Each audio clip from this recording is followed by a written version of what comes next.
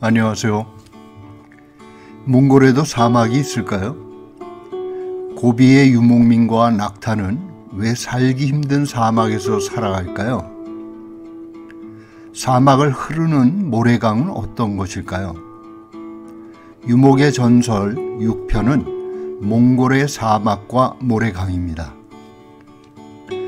사막에서 전시회를 하고 싶었습니다. 어느 사석에 함께했던 사진작가의 눈이 반짝 빛났습니다. 누가 보러 오느냐고 물었죠. 근처에 양이나 낙타가 와볼 것이라고 말했습니다. 그의 눈빛에 실망감이 감돌았습니다. 지나가는 바람도 보고 바람을 위한 전시라는 말에 그가 무릎을 쳤습니다. 하지요. 멋진데요? 그 이야기를 시인들에게도 했습니다. 비현실적이고 몽롱한 영혼을 지닌 그들은 단번에 찬성했습니다. 모래 언덕에 전시된 사진과 시화들을 지켜보는 바람이 눈앞에 보였습니다.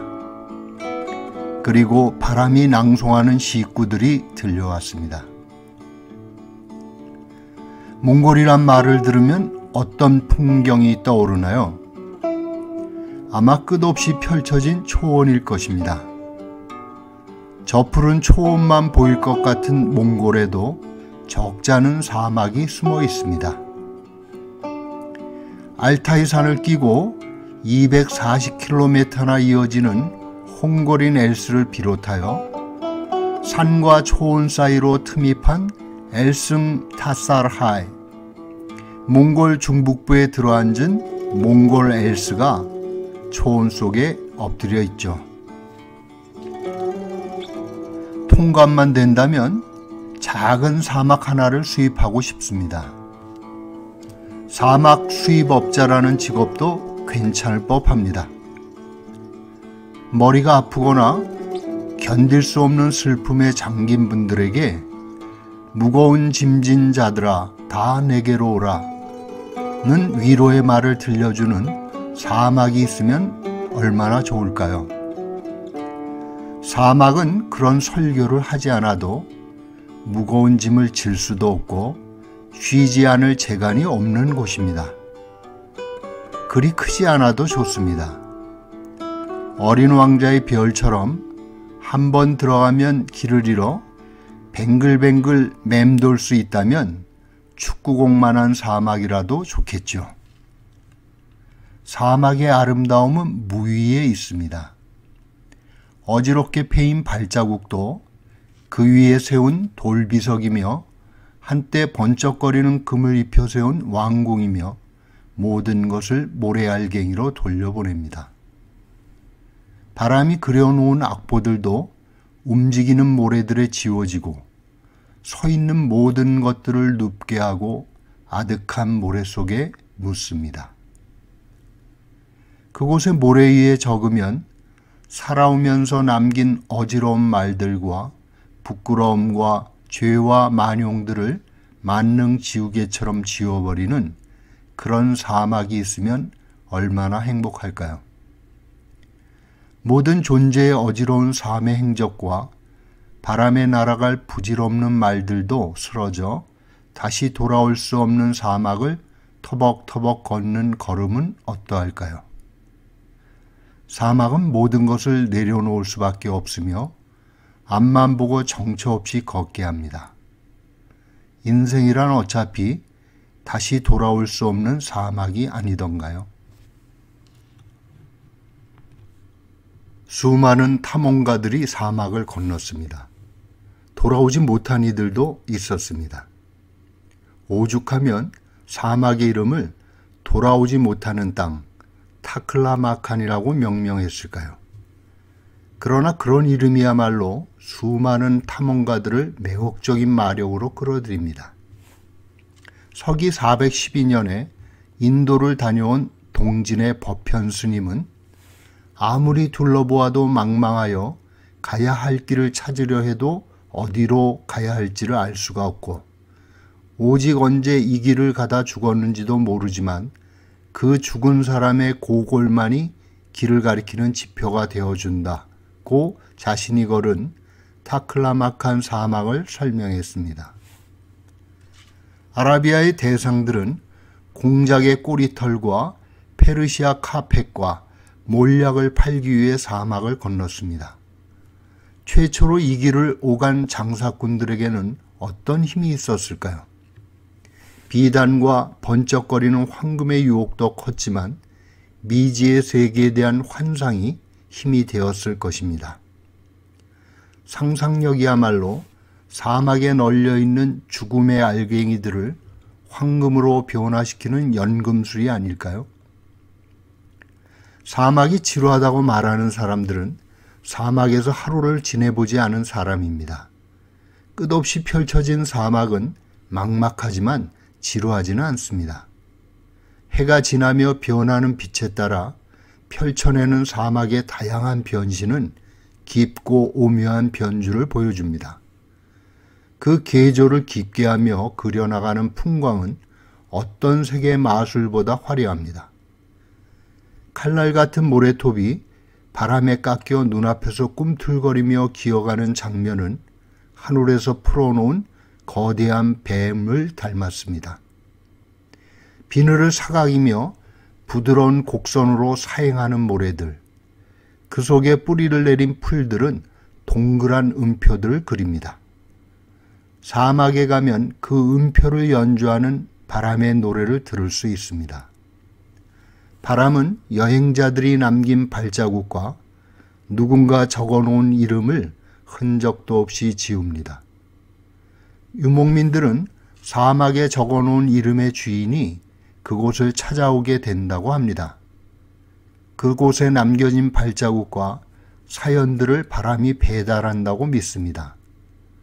사막 우체국에는 우표가 없어도 송달되는 바람의 엽서가 있습니다. 바람은 모든 것들을 무너뜨립니다. 하늘에 닿을 만한 산들과 그 위에 우뚝 섰던 바위를 작은 돌멩이로 구르게 하고 손가락 사이로 흘러내리는 모래로 만듭니다. 모래는 바람에 실려 하늘의 새가 됩니다. 바람은 모든 삶들을 모래로 만듭니다. 미라와 같은 영화 속에서 전설적 존재들을 풍비하는 모래로 만드는 메타포는 황당한 상상이 아닙니다. 모든 걸 무로 돌려보내는 무량수의 모래알들과 그 위에 남겨진 족적도 정엄합니다. 고비의 끝에는 사막이 누워 있습니다. 고비 알타이의 지맥인 고르왕사형 산을 넘은 모래들은 긴 비행을 마치고 수백 킬로미터의 사구에 기착합니다. 이렇게 만들어진 모래 언덕이 홍고린 엘스이죠. 주황의 모래라는 뜻을 지닌 홍고린 엘스는 사막을 건너는 모래새들이 기착하는 고대의 공항입니다. 자신의 전생을 보고 싶으신가요?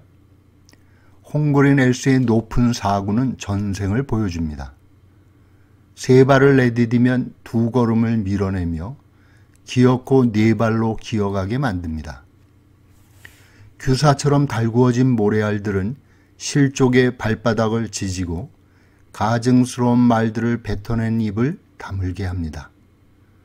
언어를 벗고 네 발로 기며 젖을 찾아 울음을 터뜨리는 존재에 이르면 전생의 풍경을 만나게 됩니다. 처음 사구를 올랐을 때였습니다. 천신만고 끝에 깎아지른 모래톱에 이르렀죠. 한 걸음만 올려놓으면 그 위에 설 터인데 발가락 하나 움직일 힘이 없어 그 자리에 쓰러졌습니다. 그때 칼날 같은 모래톱에 앉아있는 파리 한 마리가 눈에 들어왔습니다. 바람은 쉼없이 모래톱을 갉아대며 뿌연 먼지를 일으키는데 파리는 너무도 고요하게 앉아 있었습니다. 파리는 어디에서 왔을까? 무엇 때문에 모진 바람을 견디며 사구 꼭대기에 앉아 있는 것일까? 경이로운 눈으로 바라보고 있자 파리는 천천히 모래 위를 기어가기 시작했습니다. 서두름 없이 걷는 파리는 모래 위에 상형 문자 같은 족인을 남기며 모래의 칼날 위를 걸었습니다. 어디로 가느냐는 물음도 부질없어 보였습니다. 모든 물음은 그 걸음 앞에 의미를 잃었습니다. 그때 모래산이 울기 시작했습니다. 발끝으로 전해진 울음이 몸 전체를 흔들어댔죠.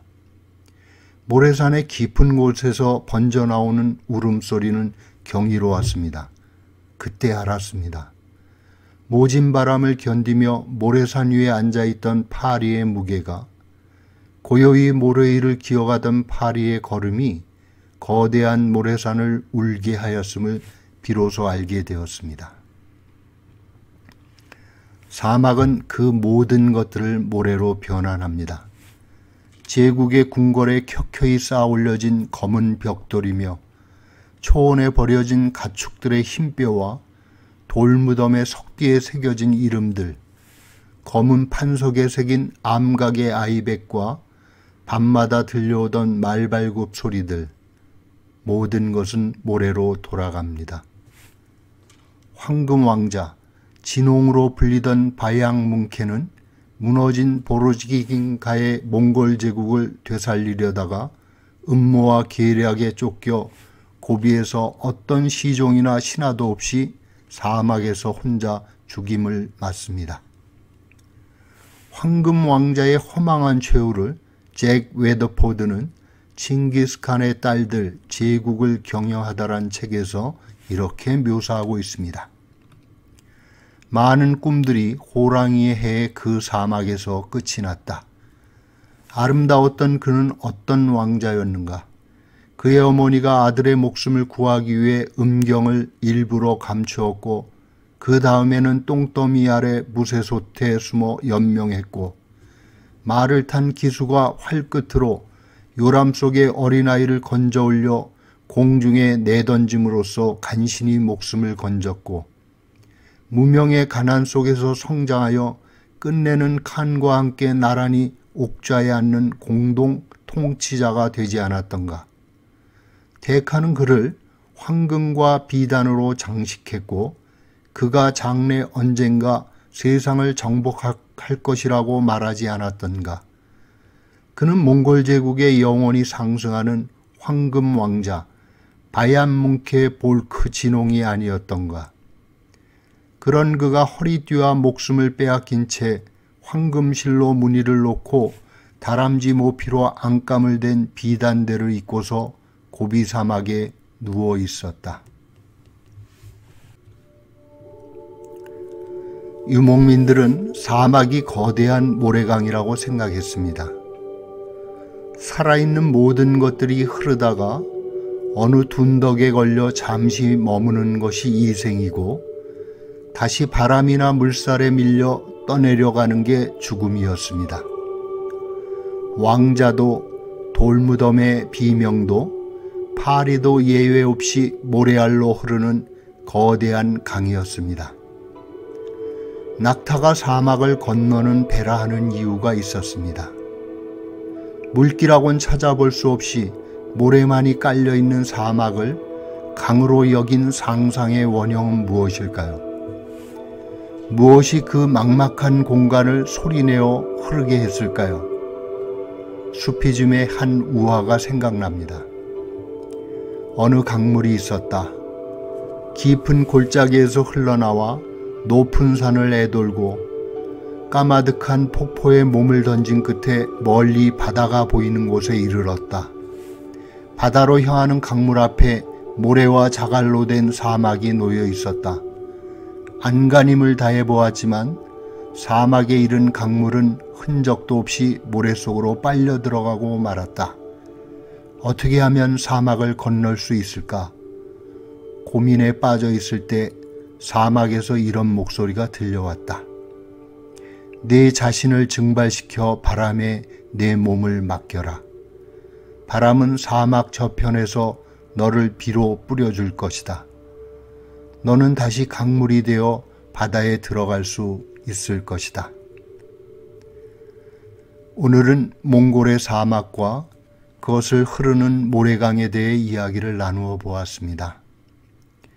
작은 모래알이 또 다른 모래알에게 전하는 이야기가 잠시나마 평안으로 머물기 바랍니다. 몽골 이야기를 함께 나누게 되어 즐거웠습니다. 몽골 유목민의 이야기 많이 구독 신청해 주시길 바랍니다. 주변에 관심 있는 분들에게도 공유해 주셔서 사라져가는 초원의 이야기들이 널리 전해지기를 바랍니다. 고맙습니다.